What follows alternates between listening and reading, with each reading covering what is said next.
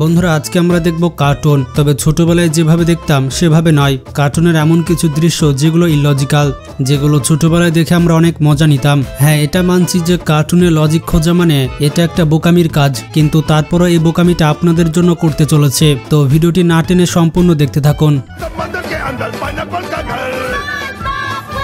বন্ধুরা আমরা সকলেই জানি যে স্পঞ্জবব পানির ভেতরে একটি পাইনাপেলের মধ্যে বসবাস করে। এই জায়গার নাম হচ্ছে বিকিনি বটম। কিন্তু এখানে সায়েন্স এবং লজিককে একেবারে মানা হয় না। ঘরে যে আগুন থাকে সেগুলো পানি ঢাললে নিভে যায়, কিন্তু সমুদ্রের মধ্যে কিভাবে আগুন জ্বালাচ্ছে? তারা পানির নিচে আগুন জ্বালিয়ে পিকনিক করে, এটা আমার মাথায় ঢুকলো না।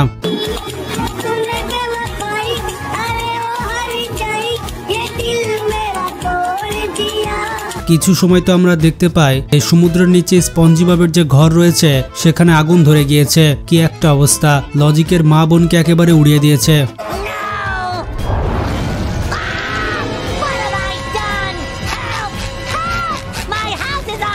এছাড়া স্পঞ্জবব যেখানে কাজ করে সেই রেস্টুরেন্টও মাঝে মধ্যে আগুন ধরে যায়। কিন্তু এই আগুন লাগছে কিভাবে সেটি কেউ জানে না। এরা পানির মধ্যে থেকেও কিভাবে তাদের বাসায় আগুন জ্বলছে। বন্ধুরা মাছ কিভাবে পানিতে ডুবে যায় আমি বুঝতে পারলাম না।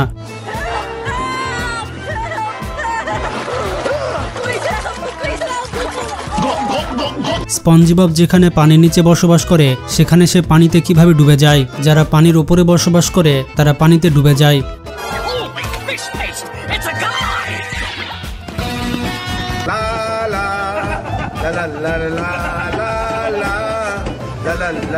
কিন্তু সমুদ্রের নিচে একটি খরগোশকে দেখা যায় স্পেস স্যুট পরে আছে, এটা কিভাবে সম্ভব? এবার দেখুন এই কার্টুন কিভাবে মেঘ ডাকছে।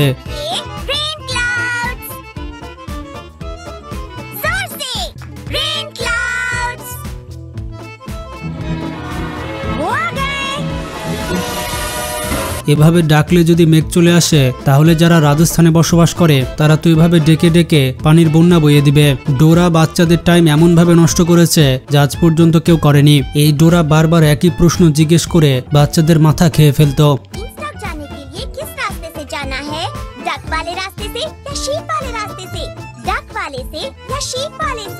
সে চোখেও কম দেখতো আর তার ব্রেনও কম কাজ করত।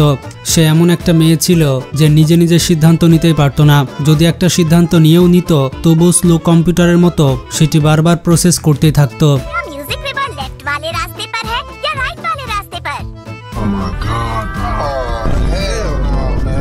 তার এবিসি কোয়েশ্চেন কখনো শেষই হতো না। শুধু তাই নয়, তার কাছে একটি বানর ছিল যে কিনা কথা বলতে পারে, একটা ব্যাগও ছিল যে কথা বলতে পারে, আর একটি কথা বলা ম্যাপও ছিল। যখন গুগল ম্যাপও ছিল না তখন ডোরার কাছে এই ম্যাপ ছিল যে কিনা অন্তর্যামী ছিল। সব লোকেশন সে জানতো, এটাও জানতো কে কোথায় আছে আর কে কোথায় গেছে। এই সব জানার জন্য সে কোন স্যাটেলাইট টেকনোলজি ব্যবহার করতো এটা কেউ জানে না। আর এই ম্যাপ বারবার একই কথা বলতে থাকে, রিভার, গার্ডেন আর মুন। टर्टल्स म्यूजिक रिवर में हैं, बटरफ्लाइज बटरफ्लाई गार्डन में हैं, और बनी तो उड़कर चांद पर पहुंच गया है। तो याद रखिए, रिवर, गार्डन, द मून। मेरे साथ कहिए, river, garden, the moon. River, garden, the moon. River, garden, the moon.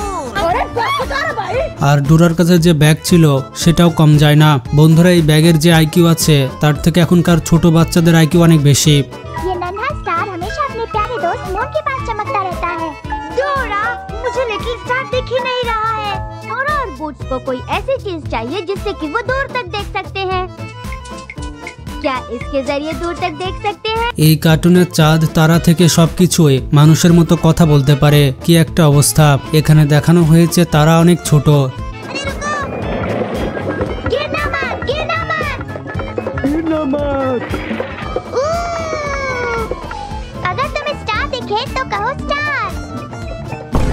কিন্তু এটাও জানে না যে আকাশে যে তারা থাকে সেটা বিশাল বড়, পৃথিবীর থেকেও কয়েক কোটি গুণ বড়। এখন আমরা কথা বলবো ছোটা ভীম কার্টুনের। এই কার্টুনের অনেক বিষয় আছে যা কেউ বুঝতেই পারে না। ছোটা ভীম হচ্ছে ছোট এবং ছোট একটি গ্রামে বসবাস করে, কিন্তু কাজ করে থাকে বড় মানুষের মতো। গ্রামের একটি রাজা আছে যার কাছে অর্থ, সম্পদ, বাড়ি গাড়ি সব আছে। তার মহল এবং গ্রাম রক্ষা করার জন্য তার কাছে সৈন্য আছে, কিন্তু এই সৈন্য কোনো কাজের নয়। যখনই গ্রামে কোনো বিপদ আসে তখন এই সেনা কোনো কাজে লাগে না। কোনো চোরকে ধরতে হবে কিংবা কোনো পালোয়ানকে মারতে হবে, এই সব কিছু করানোর জন্য ছোটা ভীমকে ডাকা হয়। মানে যে কোনো প্রবলেমে ছোটা ভীমকে ডাকো, এটাই তাদের পলিসি। भीम, आज तुमने ढोलकपुर को बहुत बड़ी मुसीबत से बचाया है। हम सब तुम्हारे आभारी हैं। तुम करते क्या हो राजा? এই বয়সে ছোট ছেলে মেয়ে জটিল অঙ্কই সমাধান করতে পারে না, তো বড় বড় পালোয়ানদের সাথে কিভাবে ফাইট করবে? আর এতটুকু শরীরে এত বিশাল পাওয়ার আনার জন্য ছোট ছোট লাড্ডু খেয়ে থাকে।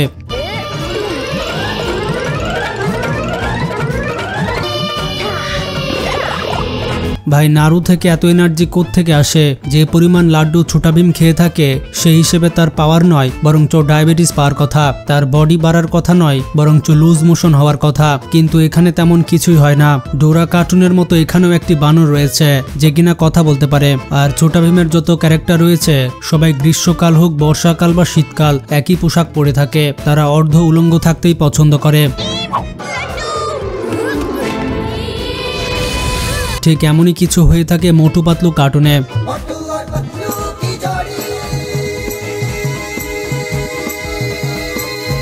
যেখানে মোটু পাতলু নাম ব্যবহার করে ক্যারেক্টার তৈরি করে দিয়েছে।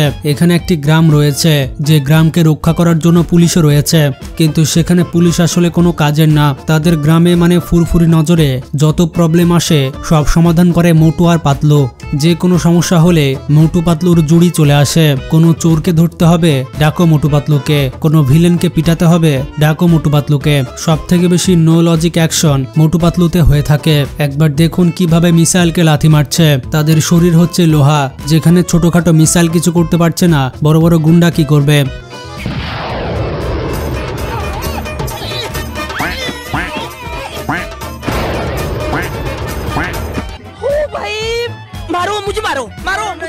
মোটুর এনার্জি বাড়ানোর জন্য একটি সিক্রেট ফর্মুলা রয়েছে, সেটি হচ্ছে সমোচা। সে যত সমোচা খায় তার পাওয়ার অনেক বেড়ে যায়।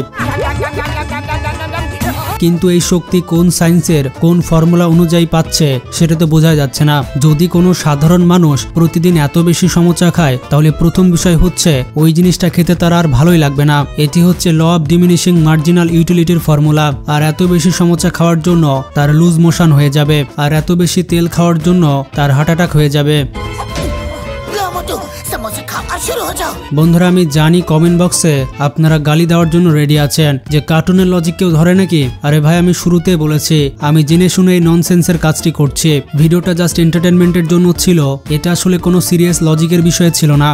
জাস্ট আমরা ছোটবেলার কার্টুনের একটু ইললজিক্যাল সিন দেখলাম। মানে একবার ভাবুন, ছোটবেলায় আমরা এই দৃশ্যগুলো দেখে অনেক মজা পেতাম, কিন্তু বড় হওয়ার পর লজিক বুঝে আসল প্রবলেম হয়ে গিয়েছে।